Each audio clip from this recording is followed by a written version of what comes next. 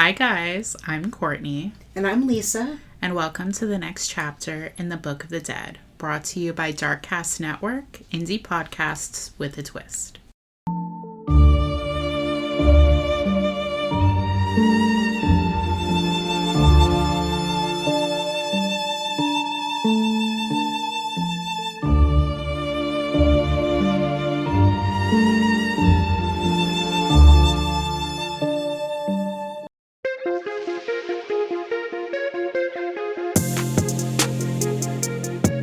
Hey, I'm Gina. And I'm Amber. And we're here to bring you the Weird True Crime Podcast, where we cover true crime cases that will leave you asking yourself, did that really happen? We'll dive into questionable cases throughout history that are solved, unsolved, or just plain unbelievable. We'll also talk about the quirkier side of true crime in episodes we like to call What the F*** Wednesday. So be sure to subscribe and listen on your favorite podcast service.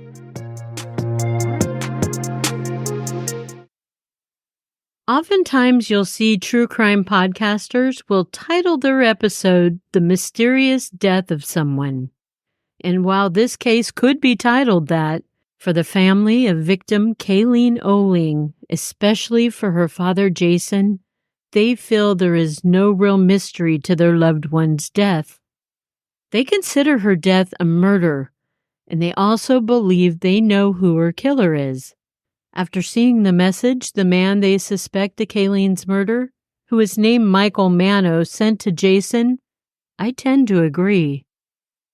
The message from the alleged killer told Kaylene's dad, I took care of her. Too bad you can't search my backyard. And then, fine, I killed her, but you have no proof. Followed up with a laughing face emoji. That's a bold and disgusting move to send a message like this to a grieving father, whether or not Manno is Kaylene's murderer or not. Michael Manno had also texted a nude picture of Kaylene to Jason and to one of Kaylene's younger siblings. I wanted to throw that out there to show what kind of sick dude we're talking about. Let's get a little into Kaylene's background. Kaylene was a self-proclaimed bisexual woman, and she'd come out as bisexual in high school. Kaylene wasn't too much about school, and she had dropped out. As I've discussed in other episodes, some people just aren't institutional learners, and they learn more from life experiences. This was Kaylene. She got more out of working on cars than sitting in algebra class trying to figure out how numbers and letters add up. Kaylene was a junior firefighter, and she loved volunteering with her dad at their church. Growing up, she was a tomboy, and she preferred playing with toys that were deemed to be boy toys. This is something I can very much relate to. Kaylene loved hanging out with her family, and she was a great big sister. Another thing Kaylene loved was doing nails. She aspired to do hair and nails for a career someday.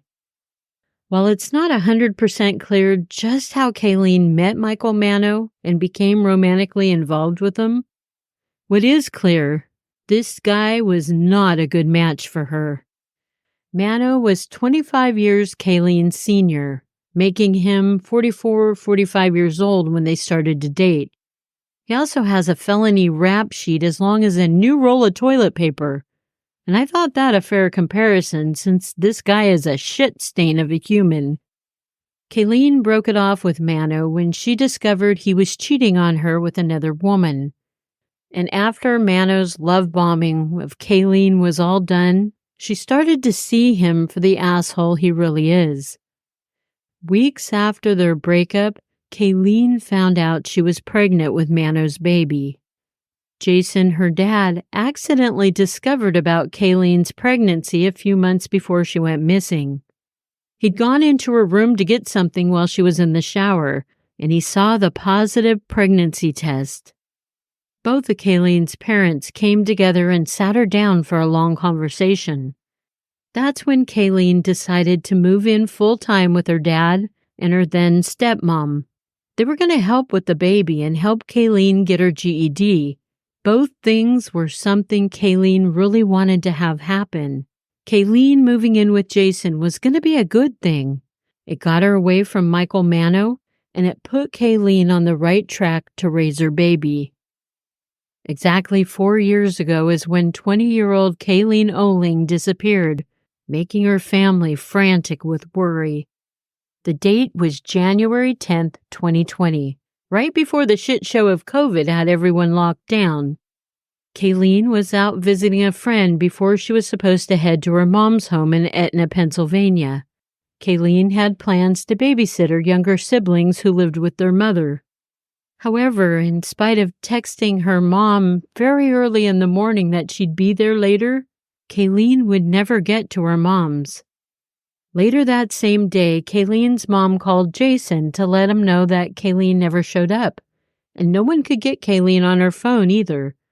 Then the mom waited a bit, hoping Kaylene would return on her own.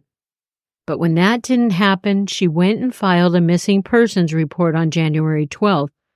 Kaylene was a pretty responsible young lady, and it was highly out of character for her not to show up when the whole point of her being near Etna was to watch her younger siblings. Jason claims the Etna Police Department did a crappy job from the get-go on Kaylene's case. After Kaylene's mom filed the report, Jason tried to follow up with an email to the police. He asked for a copy of the report so he could maintain a paper trail. But the Etna police didn't file the report with the National Missing Database until March 13th, 2020. That's a day over 2 months later. Can you imagine being the parent of a missing child and the cops dropping the ball on your kid for 2 freaking months? It's beyond infuriating. Jason, who was displeased with Etna Police Department's lackadaisical interest in looking for Kaylene, he begged the police department to transfer her case to the county. But they refused. The Etna Police Department only went once to Michael Manno's residence to ask questions, in spite of everything that was shared with them about the man. Finally, half a year later, after tiring of Jason's asking, the Etna police agreed to transfer Kaylene's case, along with an active warrant to search Manno's home and property. Manno lived in the residence with his mother, his kids, and his current girlfriend. When the new police department on the case of Allegheny County went to pay a visit to Manno's house, the girlfriend and the mother told the police they couldn't go into the garage because there was a vicious dog locked in the garage. Say what? You can't refuse the police to go into places if they have a warrant. If you have a vicious dog in the garage, the police can put your dog down. So what the fuck? But the police didn't search the garage. I only wish that they had known a year or so prior when Kaylene was still with Manno. He had padlocked her in that garage. Kaylene met up with Manno between the time she was done visiting her friend and when she was supposed to go watch her siblings. This would have been the early morning hours of January 9th and January 10th, right around 1 a.m. So technically, January 10th. Kaylene's purpose for seeing Manno was to try and get her grandmother's necklace he had taken from her. At 1:36 a.m., a text from Kaylene's phone to her mom was sent to assure her mom she'd be home later that morning to watch her siblings. At 3:40 a.m., Kaylene's phone pinged over the 62nd Street Bridge in Sharpsburg, Pennsylvania. 10 minutes later, Manno's phone shows that he made a call to his friend Amir. Nearly 12 hours later, at 3 p.m., after Kaylene missed her babysitting detail, Kaylene's mom called Manno and asked where Kaylene was. Manno said that Kaylene didn't want to talk to her, and he refused to put Kaylene on the phone. Allegheny police didn't do an official group search until August 2020, although her family and friends did several group searches on their own. And then, March 19, 2023, Kaylene's case moved from a missing persons case to a homicide case.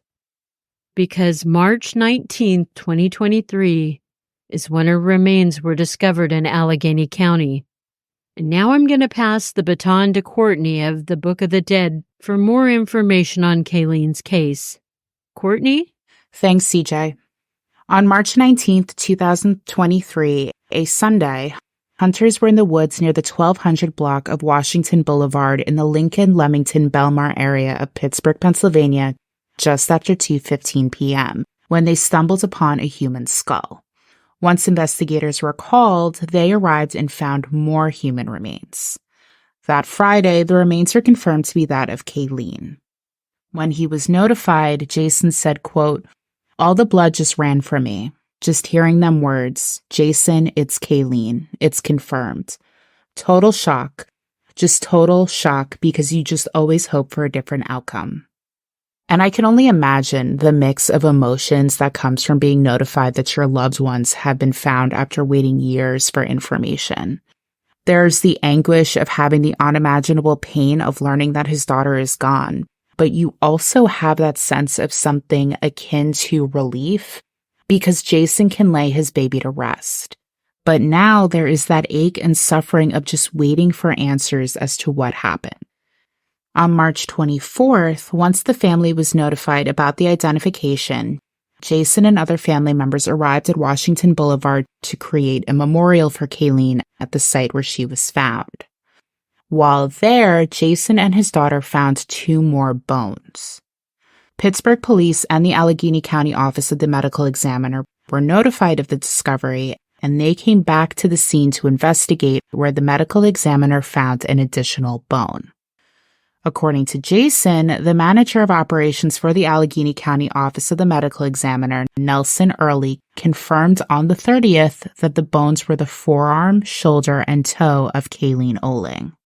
The biggest issue with these additional bones being found is that it indicates that investigators did not thoroughly investigate the scene when they were first called by the hunters. These bones were found not miles away. They were in the exact same area. So how did police miss them? That tells me that the police did not do their job properly. Unfortunately, and this could be due to the condition of Kaylene's remains, the medical examiner was unable to determine a cause and a manner of death. And just for clarification, the cause would be the method in which she died, whether via strangulation, trauma, etc. And the manner in which she died is the categorization, such as homicide, natural causes, suicide, etc., etc. Now, when Kaylene was found, according to Jason, the clothes she was wearing the day she disappeared were also found, which clearly indicates that Kaylene died the day she went missing.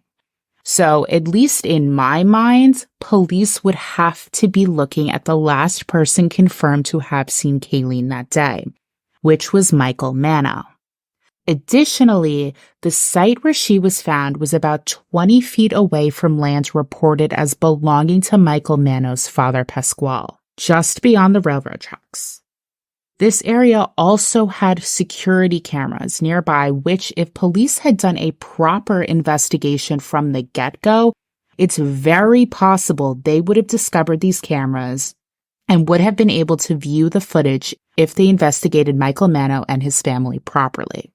Now, that's not to suggest his immediate family had anything to do with it, but looking into his family would have led them to land in close proximity. This would mean that Kaylene could have been found soon after disappearing, saving her family years of heartache, and it also means that the police could have possibly had visual proof of who put Kaylene's body in that area, further aiding in the investigation.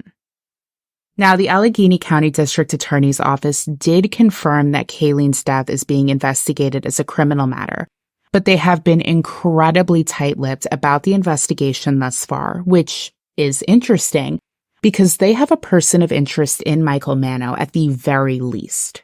Now, the problem with the investigation is that there really isn't one, at least from the outside looking in. Jason Oehling has been fighting for the last 3 years for progress to be made, but it seems as if law enforcement is either not doing anything, even though the case is considered active, and there has only been one update to my knowledge that has been given to the family, although that has not been made public at this time.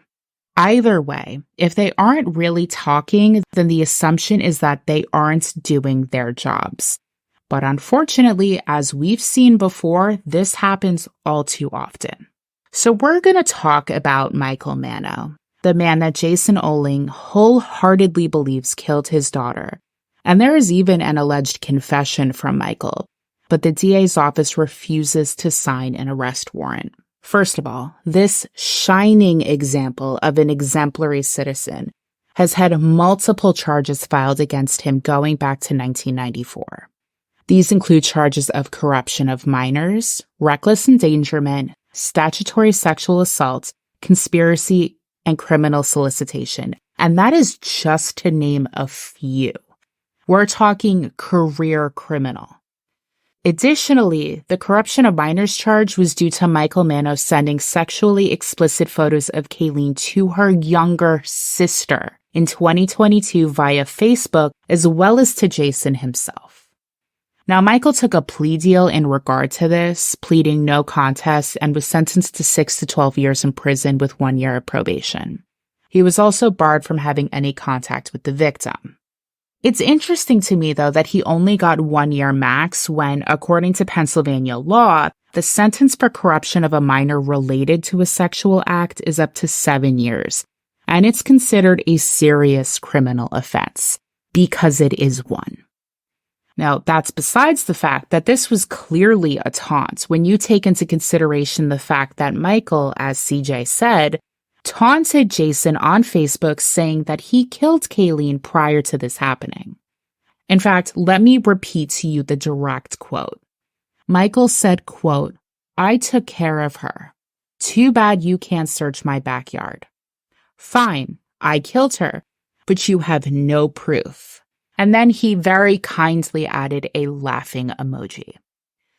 What more do the police need based on this alone to bring him in, have a conversation with him, do a thorough search of his home, including the yard, the shed, the basement, everywhere? That alone should have been enough to bring him in. A spokesperson for the Allegheny County DA's office actually released a statement about this where they said, quote, "The decision whether to file criminal charges in a missing persons case in which a body is discovered after several years have passed must be approached carefully and methodically. The family will be justifiably passionate about obtaining justice for their loved one as soon as possible. However, we must proceed deliberately in order to ensure that there is sufficient admissible evidence to not just identify a suspect, but also that there is sufficient admissible evidence to link that suspect to criminal acts that resulted in the death of the victim. There can be no rush to judgment or arrest. There is an ongoing investigation with county detectives actively working with attorneys in our office. The district attorney will continue to confer with the county superintendent. However, details of an ongoing active investigation cannot be discussed." As I've said in multiple cases that I have covered, I fully understand that there are procedures that need to be followed in regard to any criminal investigation. However, when there is evidence indicating there is an identified guilty person, coupled with the fact that the investigation from the very beginning was not handled efficiently like it should have been, this to me sounds like a cop-out. Are we really that surprised? There is a possible reason for Michael to have gotten such a lenient sentence, though, and that is because he is an alleged police informant for the Commonwealth of Pennsylvania. Obviously, this can't be substantiated since police don't speak about who their informants are, but it could explain why his sentence was just a slap on the wrist and why no one at the DA's office seems to mind that he owes over $23,000 in past due fines related to his charges. Just know that if the average person owed a substantial amount of money to the government, I'm pretty sure the government would be wanting to know why payments weren't being made. If he is an informant, though, that would absolutely also explain why police have yet to sign an arrest warrant for him in regards to the murder of Kaylene Oehling and have refused to go back to thoroughly search his home, which, if it's not obvious, is bullshit. Clearly, this man knows something or very much had something to do with it. If there is anyone with further information on this case or the murder of Kaylene Oehling, they are asked to call the Allegheny County Homicide Unit at 1-833-255-8477 or 412-473-1200. They can also call the Pittsburgh FBI office at 1-800-225-5324.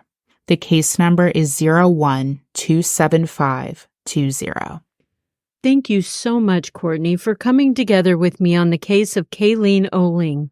I'm going to go ahead and speak for both Courtney and I. There's nothing more than the two of us would like than to help find justice for Kaylene and her family. And if this means removing a scumbag off the street so he can't hurt anyone else's child, that would be the proverbial icing on the cake. CJ, thank you so much for having me join you in telling Kaylene's story and trying to get justice for Kaylene and her father and her family. And for you guys, thank you for listening. And I truly, truly hope, we both truly hope, that true justice is served in this case. If you haven't already, please take the time to check out CJ's podcast, Beyond the Rainbow, True Crimes of the LGBT. She covers cases with a focus on the LGBT community, and she does such an amazing job covering them, and I truly recommend listening to her. And as always, we hope you have a wonderful week. Share this podcast with anyone and everyone. The world needs to hear it because the Oehlings need justice. Kaylene needs justice. And with that, I hope you have a wonderful week, and we will see you in the next one. Bye, guys. Thank you so much for listening to this chapter of the Book of the Dead. And don't forget that you can always connect with us on Instagram. You can connect with us on Twitter, and you can absolutely connect with us on Patreon. We also have a merch store as well that we have frequent discount codes coming out for, so that you guys can get merch hand-drawn by myself at a better cost. We hope you have a lovely rest of your week. And just remember, please be kind. And don't forget to always stay safe, stay curious, and stay vigilant. Bye, guys. Bye.